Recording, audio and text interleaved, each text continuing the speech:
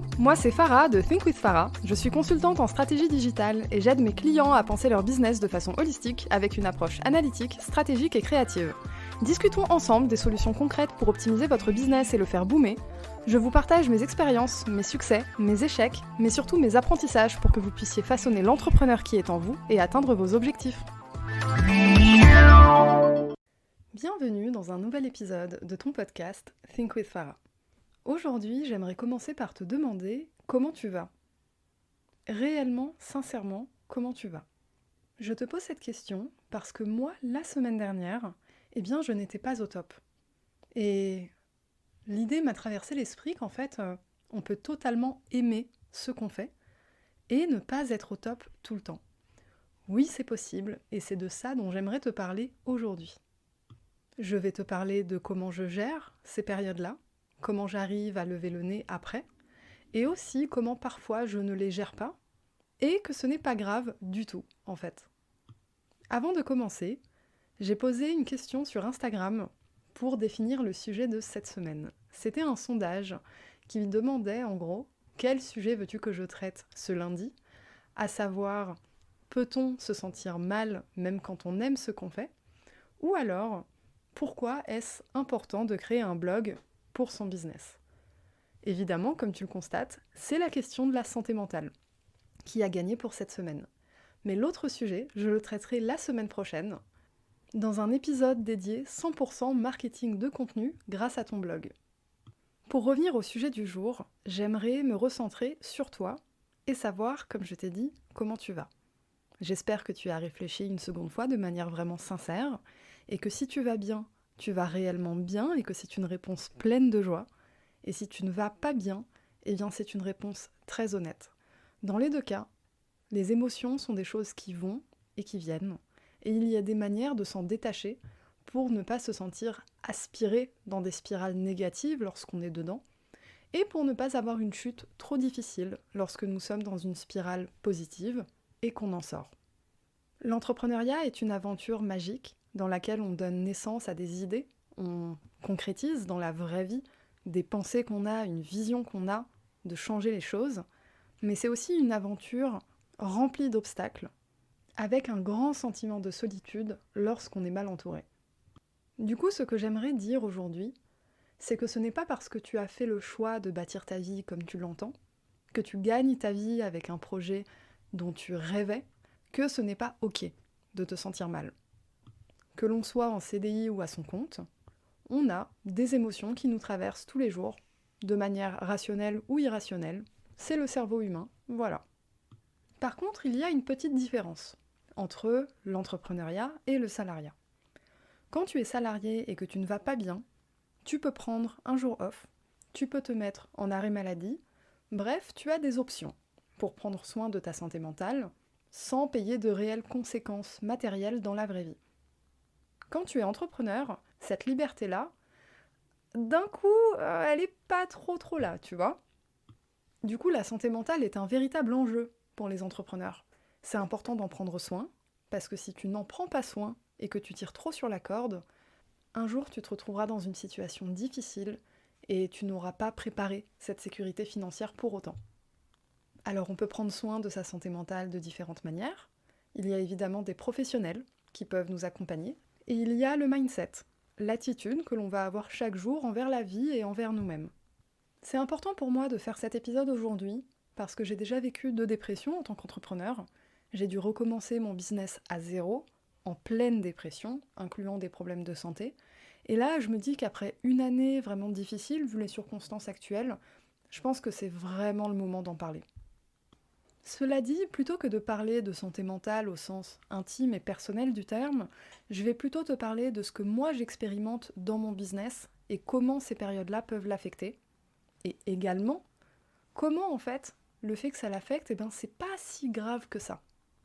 Ce que je constate, de mon côté, c'est que les périodes down qu'on peut vivre dans l'entrepreneuriat, elles se traduisent très rapidement dans notre manière de travailler. D'abord, on va avoir tendance à procrastiner. Oui, c'est une cause de procrastination. On va avoir tendance à perdre notre motivation, à perdre notre créativité, mais surtout, et c'est là où ça devient un petit peu vicieux, c'est qu'on commence également à perdre notre vision. En fait, ce qu'il se passe vraiment quand tu es dans un épisode down dans ta vie, c'est que tu commences à faire le taf pour le faire, mais tu perds ton leitmotiv, ce qui fait que tu te lèves tous les matins et que tu as vraiment voulu te mettre à ton compte. Or, la clé pour aller mieux, elle se trouve précisément là-dedans. Alors oui, c'est difficile de se concentrer là-dessus quand on n'est pas au top. On peut ne pas être au top une journée, mais on peut aussi ne pas être au top une semaine, un mois, parfois plus. Mais alors concrètement, quelles sont les conséquences pour son business ? Eh bien, je vais te dire. Tu vas probablement perdre des clients, tu vas probablement perdre l'ambition, et tu vas aussi probablement perdre l'envie de faire ce que tu fais. Mais je t'arrête tout de suite, il y a une bonne nouvelle derrière ça, c'est qu'en réalité, tout ça, eh bien ce n'est que temporaire. Et ça, je le sais avec mes tripes, parce que c'est quelque chose que j'ai vécu à plusieurs reprises. Et là, on se rend compte à quel point les moments où on se sent vraiment bien sont d'une importance cruciale. Les moments où tu te sens bien, ce sont les moments où tu vas recharger les batteries pour les périodes où tu te sentiras moins bien. Enregistre bien ce que je dis là, c'est très important. Quand tu te sens bien, tu es au top de ton énergie, ok ? C'est dans ces moments-là qu'il faut faire tes exercices de visualisation créatrice, qu'il faut préparer, poser tes intentions, qu'il faut penser à ta vision business, à ton ambition, à tout ce que tu veux faire. C'est dans ces moments-là précisément qu'il faut le faire. Pourquoi ? Parce que les moments où tu ne vas pas bien, tout le travail que tu as fait passe dans ton subconscient et c'est un peu ta bouée de secours en fait. C'est ce qui fait que, même si t'es mal et même si t'as perdu des très gros contrats, eh bien en fait, t'as confiance. Tu sais que cette période va passer et tu sais aussi que ce qui t'attend derrière, eh bien en fait, c'est très très beau et très très grand. Je sais que c'est difficile d'entendre ça et de croire ça quand on est dans une période où on ne va pas bien, mais crois-moi, je suis passée par là plusieurs fois. Et là, ce dont je te parle, c'est pour des petits coups de mou, mais aussi pour des périodes un peu plus dark émotionnellement et psychologiquement. Et si jamais tu écoutes cet épisode à un moment où tu ne te sens pas bien, et où tu n'as pas profité des moments où tu te sentais bien pour préparer tout ça, eh bien sache qu'il n'est pas trop tard du tout. Je parle des émotions comme étant quelque chose de cyclique que l'on peut observer, parce que c'est le cas. Et même si tu vis une période profondément difficile dans ta vie, même quand tu enchaînes les journées où tu te sens mal, eh bien parmi ces journées, il y a des moments dans lesquels tu te sens bien. Ces moments-là sont précieux, et avec les bonnes intentions, tu peux les utiliser à ton service. Une fois que tu commences à comprendre cette espèce de ping-pong entre je me sens bien, je me sens pas bien, j'ai le contrôle, j'ai pas le contrôle, j'ai peur, je suis en confiance, là tu commences vraiment à lâcher prise, à la fois quand tout va bien et à la fois quand tout ne va pas bien. Parce qu'il y a quelque chose de particulier aussi, c'est que là on parle des conséquences de ne pas aller bien pour son business, mais il y a aussi le sens inverse. Quelles sont les conséquences quand ton business ne va pas bien sur toi ? Et là, on se rend compte qu'en fait, on est vraiment sur un jeu de ping-pong entre son business et sa santé mentale. Et ce jeu de ping-pong-là, par contre, il faut trouver un moyen de le détruire de manière définitive. Pourquoi ? Parce que ton business va fluctuer dans le temps. Comme toi, il y a des moments où il ira bien et des moments où il ira moins bien. Forcément, quand il va bien, tu partages la joie, l'excitation d'une réalisation ou d'un succès.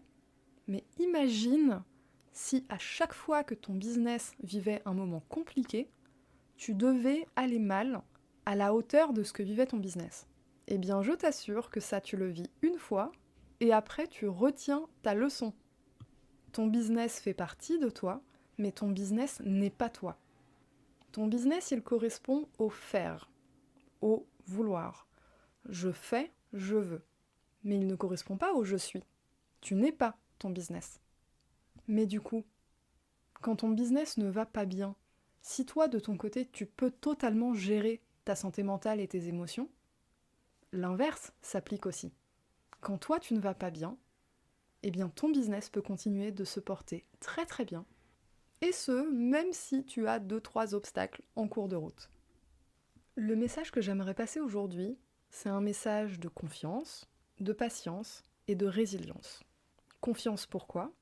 Parce que même si aujourd'hui tu ne vas pas bien, alors que tu aimes ce que tu fais, eh bien c'est passager, et tu sais que ce qui t'attend après, c'est juste à la hauteur, si ce n'est plus, de ce que tu avais envisagé au début quand tu t'es lancé. De patience, pourquoi? Parce que ces coups de mou peuvent durer une journée, mais ils peuvent aussi durer plus longtemps. Et de résilience, pourquoi? Parce que ces moments, eh bien, ce sont des moments au pluriel, des moments qu'on va vivre à plusieurs reprises dans notre vie, et en fait, c'est totalement ok et normal. J'aimerais te recommander une vidéo de la chaîne YouTube Mysteria à propos de la loi de polarité. C'est une vidéo d'une vingtaine de minutes qui explique très bien la largeur d'un spectre entre deux oppositions. En l'occurrence, aller bien et aller mal. Il y a tout un tas d'émotions entre les deux. Il y a également le fait de se sentir neutre. Et en fait, c'est juste quelque chose de dynamique dans le temps. Voilà, on arrive à la fin de cet épisode. Tu trouveras bien sûr le lien de la vidéo dans la description de l'épisode.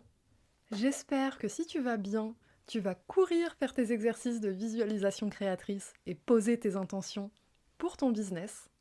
Et que si tu ne vas pas si bien que ça, que cet épisode t'a apporté un petit peu de baume au cœur et d'espoir quant au fait que ton business, en fait, il peut réellement continuer de fonctionner, même si t'es pas au top, et que ne pas aimer ce que tu fais aujourd'hui parce que tu te sens pas très bien, eh bien en fait, ça ne change rien à pourquoi t'as lancé ce business et à pourquoi tu vas te déchirer dans ce que tu fais.